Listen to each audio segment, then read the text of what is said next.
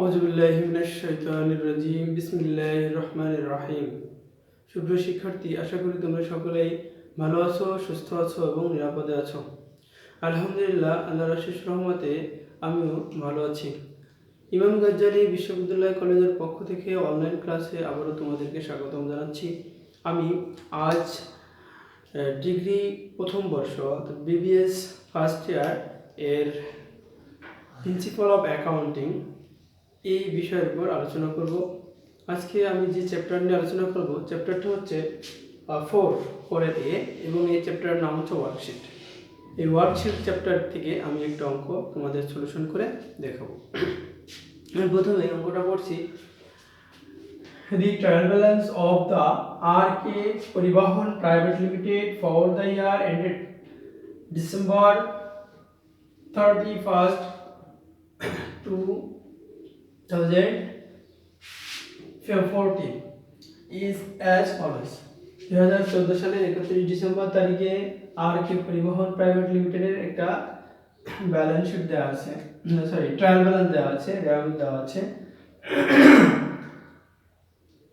এবার রেওয়ামিলের যে অ্যাকাউন্টসগুলো আছে, যেমন cash, account receivable, supplies on hand, prepaid insurance, furniture accounts, accumulated depreciation, তারপর সে accounts payable, capital, drawings, travel service revenue, advertising expense, salary expense, prepaid rent, miscellaneous expense. এরপর additional কিছু data আছে। ইনভেন্টরি শো দ্যাট টাকা 10,000 of the supplies are on hand at the end of the year. The balance in the prepaid insurance accounts represent a 3-year policy from April 1, 2014. The depreciation expense for the year of furniture is taka 4,000. Salaries are paid at the rate of taka 4,000 per month. Expert rate for the year taka 16,000. Travel service provided but not yet billed taka 4,000. Instruction: prepare a 10-column worksheet for RK Parivahan Private Limited for the year end December 31, 2014. এই RK পরিবহন limited এর একটা 10 column এর 10 কলামের একটা worksheet তৈরি করতে বলা হয়েছে। 10 কলাম ওয়ার্কশিট। আমরা জানি 10 ওয়ার্কশিট 8 কলাম আছে, 10 কলাম আছে, 12 কলাম আছে। আমাদের এখানে উল্লেখ করে দিয়েছে 10 কলাম ওয়ার্কশিট। এই 10 কলাম ওয়ার্কশিট তৈরি করতে বলা হচ্ছে। ওয়ার্কশিট তৈরি করতে গেলে আমাদের যে এডিশনাল যে ডাটাগুলো দেওয়া আছে, যে সমন্বয়গুলো দেওয়া আছে, এগুলো যদি আমরা জাবেদা করে নিই তাহলে আমাদের ওয়ার্কশিটটা করতে সুবিধা হয়। আমরা যদি এখানে এই 6টা সমন্বয়ের জাবেদা আমরা লিখি তাহলে কি দাঁড়ায়? প্রথমে একে আছে a inventory shows that taka 10,000 of the supplies are on hand at the end of the year. বলা হচ্ছে বছর শেষে সাপ্লাইস এর ব্যালেন্স আছে 10,000 টাকা। সাপ্লাইস ছিল কত? 16,000 টাকা। এই 16,000 টাকা থেকে ব্যালেন্স আছে 10,000 টাকা। তাহলে নিশ্চয়ই 6,000 টাকা এখানে এক্সপেন্স হয়েছে। আমাদের সমন্বয় জাবেদা দেওয়ার ক্ষেত্রে একটা রুল ফলো করতে হয় যে একই হিসাব যদি রেয়ামিলের মধ্যে সম্পদ হিসাবে অন্তর্ভুক্ত থাকে তাহলে এক্সপেন্সের জাবেদা দিতে হয়। তাহলে সাপ্লাইস অন হ্যান্ড এটা সম্পদ হিসাবে আছে, অ্যাসেট হিসাবে আছে, আমাদের জাবেদাটুকু হবে এক্সপেন্স, অর্থাৎ 6,000 টাকার জাবেদা দিতে হবে যতটুকু এক্সপেন্সেস। তাহলে এটার জন্য জাবেদা হবে, জার্নাল হবে। আমি যদি এটা জার্নাল করি তাহলে একের জার্নালটা হবে সাপ্লাইস এক্সপেন্স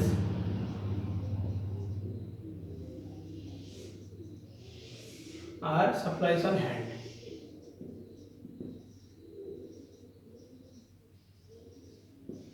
এটা হচ্ছে ডেবিট, ক্রেডিট টাকা হচ্ছে 6,000। 2 নম্বরে বলা আছে the balance in the prepaid insurance accounts represent a 3-year policy from April 1 2014 মানে 2014 সালের পহেলা এপ্রিল থেকে এই পলিসিটা চালু হয়েছে ইন্স্যুরেন্স পলিসি। এই ইন্স্যুরেন্স পলিসির মেয়াদ হচ্ছে 3 বছর। 3 বছর মেয়াদি পলিসি। এই 3 বছর মেয়াদি পলিসি এটা টোটাল টাকা দেওয়া আছে 24,000 টাকা। এই 24,000 টাকা হচ্ছে 3 বছরের জন্য। 3 বছরের জন্য হলে আমরা প্রথমত 2014 সালের জার্নাল দিব 2014 সালে কতটুকু খরচ হিসাবে আসবে। 3 বছরের জন্য 24,000 টাকা, তাহলে 1 বছরের জন্য আসবে 8,000 টাকা। 1 বছরের জন্য আসবে 8,000 টাকা। কিন্তু এখানে যেহেতু পহেলা এপ্রিল এটা চালু হয়েছে, তাহলে 2014 সালে মূলত কয় মাস আসবে? 3 মাস বাদ, অর্থাৎ 12 থেকে 3 বাদ দিলে 9 মাস। অর্থাৎ এইটাকে 12 দিয়ে ভাগ আর 9 দিয়ে গুণ করলে যে অ্যামাউন্টটা আসবে এটাই হবে 2014 সালের ইন্স্যুরেন্স এক্সপেন্স। 2014 সালের ইন্স্যুরেন্স এক্সপেন্সের টাকাটা হবে এটা।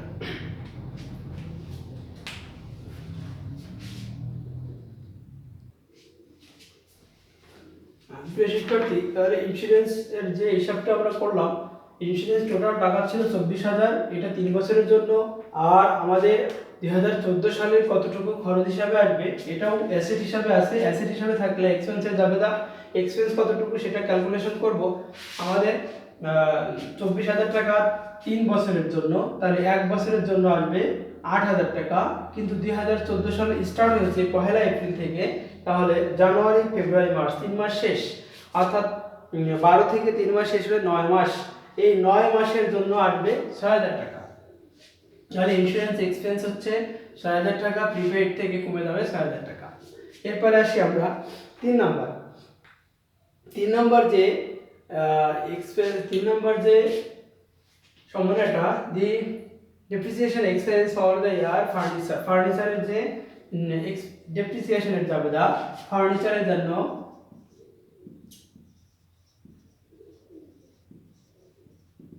depreciation expense debit are accumulated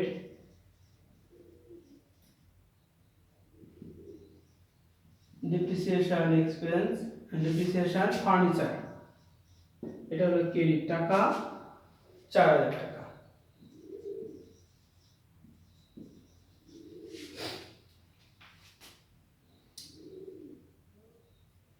এরপরে 4 নম্বর salaries are paid at the rate of টাকা 4,000 per month। বলা হচ্ছে স্যালারি প্রতি মাসে 4,000 টাকা করে পেড করা হয়। প্রতি মাসে 4,000 টাকা করে যদি পেমেন্ট করা হয় স্যালারি, তাহলে 4,000 গুণ 12 সমান হবে 48,000 টাকা। অর্থাৎ 1 বছরের স্যালারি বাবদ যাবে 48,000 টাকা। এখন আমরা দেখি স্যালারি বাবদ গেছে 44,000 টাকা। 44,000 টাকা, তাহলে 4,000 টাকা এখনো স্যালারি পেমেন্ট হয় না, এটা হচ্ছে বকেয়া রয়েছে। স্যালারি যদি বকেয়া থাকে, স্যালারির জন্য আমরা জাবেদা দিব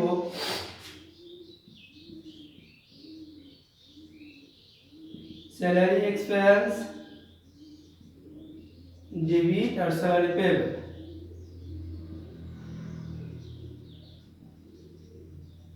ক্রেডিট 4,000 টাকা। এরপর আছে এক্সপায়ার্ড রেট ফর দ্য ইয়ার টাকা হচ্ছে 16,000 টাকা। 16,000 টাকা রেটের যে এখানে প্রিপেইড রেট আছে, এটা অ্যাসেট হিসাবে আছে 20,000 টাকা। এই 20,000 টাকা থেকে 16,000 টাকা এই বছরে এক্সপায়ার্ড হচ্ছে, অর্থাৎ এক্সপেন্স হিসাবে গণ্য হচ্ছে। তাহলে এক্সপেন্স 16,000 টাকার দাবিতে আমরা এখন দিব, প্রিপেইড কমে যাবে, এক্সপেন্স বাড়বে। এটার জন্য দাবিতে হবে রেট এক্সপেন্স ডেবিট, আর প্রিপেইড এখন কমে যাবে, প্রিপেইড রেট এটা হচ্ছে ক্রেডিট হবে 16,000 টাকা। এরপরে লাস্ট যে সমন্বয়টা আছে 6 নম্বর, travel service provided but not yet bill টাকা 4,000। অর্থাৎ ট্রাভেল যে সেবা দেওয়া আছে, সার্ভিস দেওয়া আছে ট্রাভেল, এটার জন্য কিন্তু কোনো বিল করা হয় না, অর্থাৎ বাকিতে সেবা দেওয়া যেটা, তাহলে বাকিতে কোনো সেবা দিলে আমাদের যাবে দেওয়া হবে account receivable debit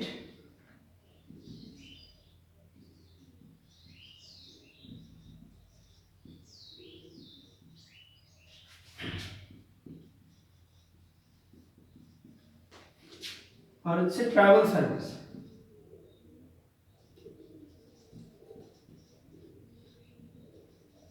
travel service revenue credit, এটা টাকা হচ্ছে বাকিতে সেবা দেওয়া হয়েছে, এটা 16,000 টাকা, 4,000 টাকা।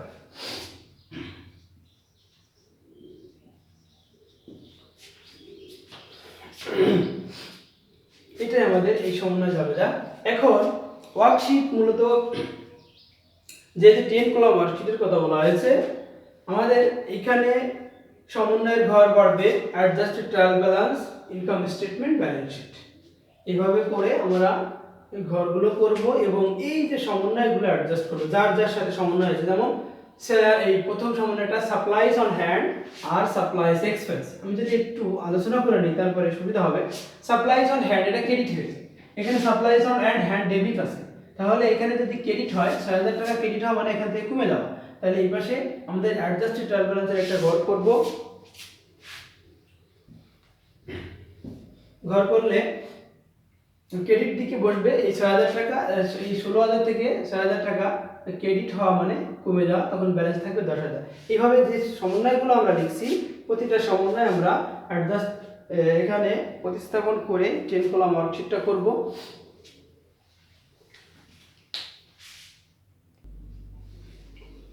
তো শিক্ষার্থী, আমি ওয়ার্কশিটের সলিউশনটা শুরু করছি। প্রথম সমন্বয়টা ছিল supplies expense debit two supplies on hand credit. আমি যে সমন্বয়গুলো লিখব নতুন করে সেগুলো নিচে আসবে। সাপ্লাইজ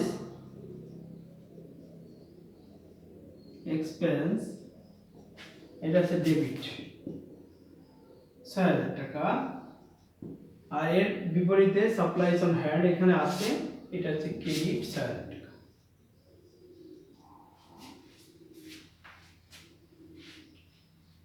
সরাসরি যদি আমি এটার ক্যালকুলেশন একবারে করে দিই তাহলে এটার যোগ হবে, এটা বিয়োগ হচ্ছে, এটা 16,000 টাকা ডেবিটে আছে আর 6,000 টাকা ক্রেডিট, তাহলে ব্যালেন্স দাঁড়াচ্ছে ডেবিটে 10,000 টাকা। এটা আছে অ্যাসেট, সরাসরি যদি আমরা এখন লিখে দিই একবারে অ্যাসেটে করবে এটা। আর এই 6,000 টাকা এটা এক্সপেন্স আমরা যখন অ্যাডজাস্টেড ট্রায়াল ব্যালেন্সে 6,000 টাকা আর এক্সপেন্স আছে ইনকাম স্টেটমেন্টে ডেবিট দিকে 6,000 টাকা। এবার দ্বিতীয় যে সমন্বয়টা সেটা ছিল ইন্স্যুরেন্স এক্সপেন্স। তাহলে আমরা ইন্স্যুরেন্স এক্সপেন্স লিখব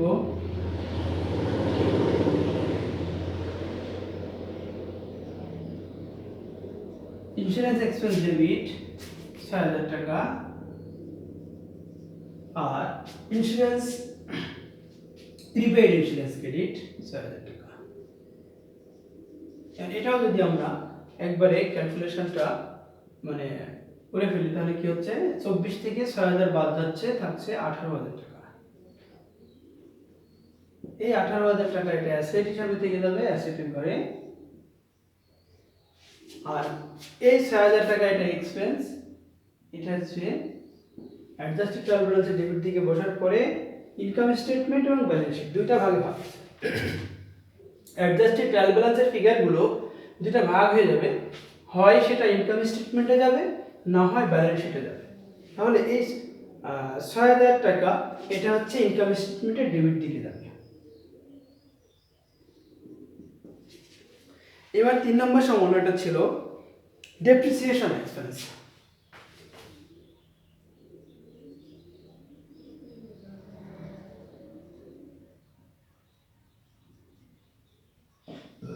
ডেপ্রিসিয়েশন এক্সপেন্স ডেবিট, ডেপ্রিসিয়েশন ছিল 4,000 টাকা আর এর জন্য অ্যাকুমুলেটেড ডেপ্রিসিয়েশন ফার্নিচার ক্রেডিট 4000 টাকা।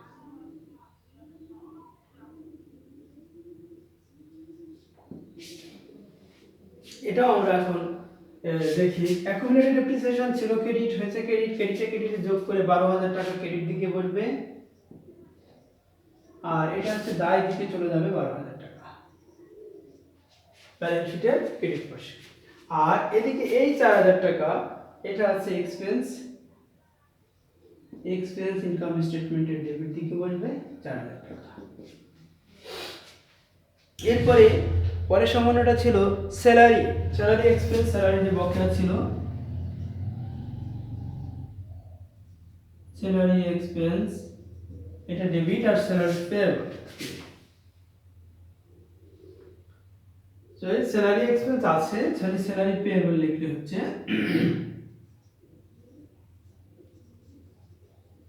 স্যালারি এক্সপেন্স আমাদের ট্রায়াল ব্যালেন্সে আছে স্যালারি এক্সপেন্স ডেবিট 4000 টাকা, আর এর বিপরীতে স্যালারি পেয়েবল ক্রেডিট 4000 টাকা।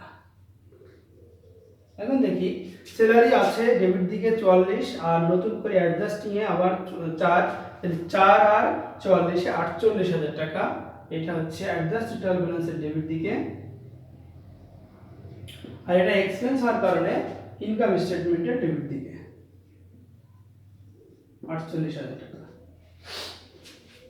আর স্যালারি পেয়েবল যে 4000 টাকা এটা ক্রেডিট দিকে আছে, এটা হচ্ছে তাহলে অ্যাডজাস্টেড ট্রায়াল ব্যালেন্সের ক্রেডিট দিকে বসবে আর যাবে ব্যালেন্স শিটের ক্রেডিট দিকে।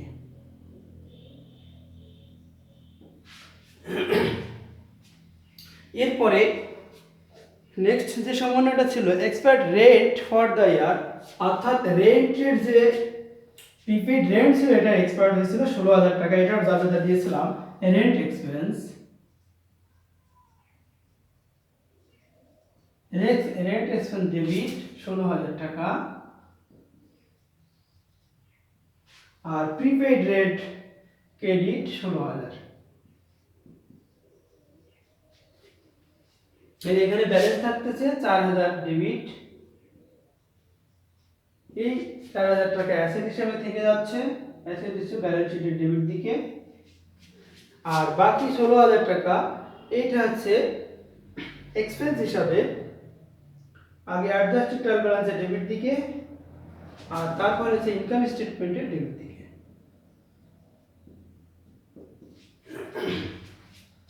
লাস্ট সামান্যটা ছিল ট্রাভেল সার্ভিস রেভিনিউ, যে সেবা দেওয়া হয়েছিল কিন্তু বিল করা হয় না, তো এটার জাবেদা দিয়েছিলাম account receivable debit service revenue credit. দুইটাই কিন্তু আমাদের দুইটা অ্যাকাউন্টসই কিন্তু রেভিনিউর ভিতরে আছে, অ্যাকাউন্ট রিসিভেবলও আছে এবং ট্রাভেল সার্ভিস রেভিনিউ আছে। তাহলে আমরা ওখানে এটার জাবেদা দিতে পারি। অ্যাকাউন্ট রিসিভেবল ডেবিট হচ্ছে ডেবিট দিকে টাকা হচ্ছে 4000 টাকা, অ্যাকাউন্ট রিসিভেবল ডেবিট 4000 টাকা, আর এর বিপরীতে ট্রাভেল সার্ভিস রেভিনিউ এটা হচ্ছে ক্রেডিট 4000 টাকা। এই 4000 টাকা ডেবিট হওয়ার কারণে 24000 টাকা হচ্ছে ডেবিট দিকে,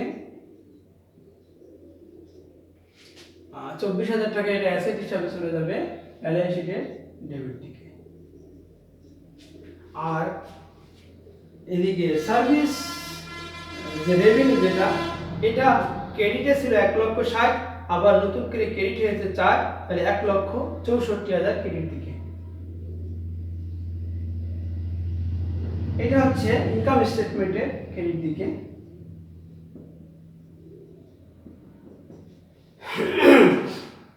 আমরা সমন্বয়গুলো সব 6টা সমন্বয় দেখি।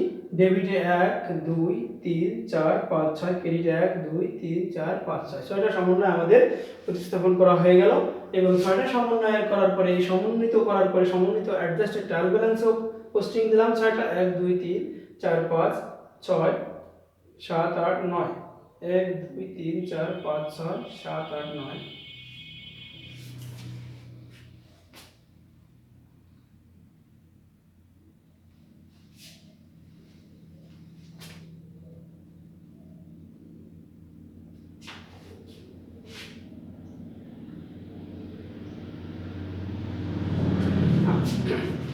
এরপর ইনকাম স্টেটমেন্টে যেটা ইনকাম স্টেটমেন্টে গেছে সেটা ইনকাম স্টেটমেন্টে লিখছি, আর যেটা ব্যালেন্স শিটে যাওয়া সেটা ব্যালেন্স শিটে লিখছি। আর বাকি যে অ্যাকাউন্টগুলো আমাদের রয়ে গেছে এইগুলো শুধুমাত্র এখানে অ্যাডজাস্টিং এর ঘরে আসবে না, আর সরাসরি অ্যাডজাস্টেড ট্রায়াল ব্যালেন্স, সরাসরি অ্যাডজাস্টেড ট্রায়াল ব্যালেন্সে বসবে এবং হয় ইনকাম স্টেটমেন্ট না ব্যালেন্স শিটে চলে যাবে। এবার দেখি ক্যাশ আছে 10,000 টাকা, 10,000 টাকা অ্যাডজাস্টেড ব্যালেন্স ট্রায়াল ব্যালেন্সেও 10,000 টাকা,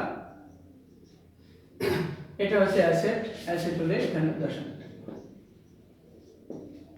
এরপরে আছে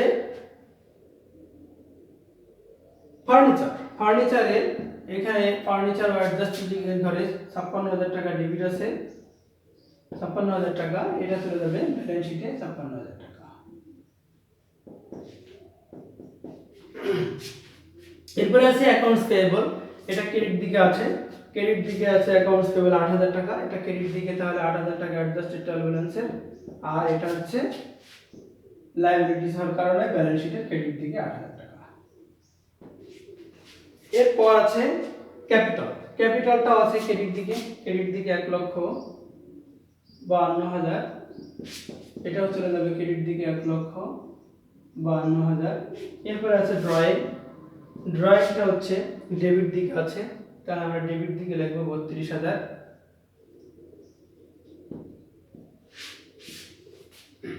এটা হচ্ছে ব্যালেন্স শিটে ডেবিট দিকে 32,000।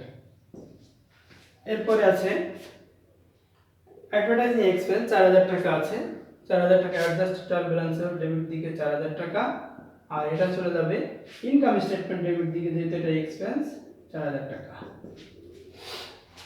এরপর আছে মিসেলেনিয়াস এক্সপেন্স, এটা 12,000 টাকা আছে, তাহলে অ্যাডজাস্টেড ট্রায়াল ব্যালেন্সে 12,000 টাকা আগে লিখব। এবার এটা হচ্ছে এক্সপেন্স হওয়ার কারণে ইনকাম স্টেটমেন্টের ডেবিট দিকে 12,000 টাকা। আর আমাদের সবগুলো অ্যাকাউন্টস আমরা ধাপে ধাপে প্রতিটা কলামে পোস্টিং করলাম। এখন আমরা শুধু যোগ করে ব্যালেন্স নির্ণয় করব যে এখানে নেট লাভ হচ্ছে নাকি নেট লস হচ্ছে। প্রথমত ট্রায়াল ব্যালেন্সের যোগফলে দুই দিকেই মিলবে, অ্যাডজাস্টেড ট্রায়াল ব্যালেন্সের দুই দিকেই মিল থাকবে এবং অ্যাডজাস্টিং এর এবং অ্যাডজাস্টেড ট্রায়াল ব্যালেন্সে এটাও দুই দিকে মিল থাকবে। এবার আসে ইনকাম স্টেটমেন্টে আমাদের ব্যালেন্স থাকবে, ব্যালেন্সটা হবে হয় লস অথবা লাভ, অর্থাৎ নেট প্রফিটও হতে পারে নেট লসও হতে পারে, সেটা আমরা এখানে ব্যালেন্স করে বের করে নিতে হবে। আর সেই নেট লাভ নেট লস এটা ব্যালেন্স শিটে নেট লাভ হলে ক্রেডিট দিকে আর নেট লস হলে ডেবিট দিকে লিখে দুইবার যোগ করব। আমরা এখন যোগ করে দেখি।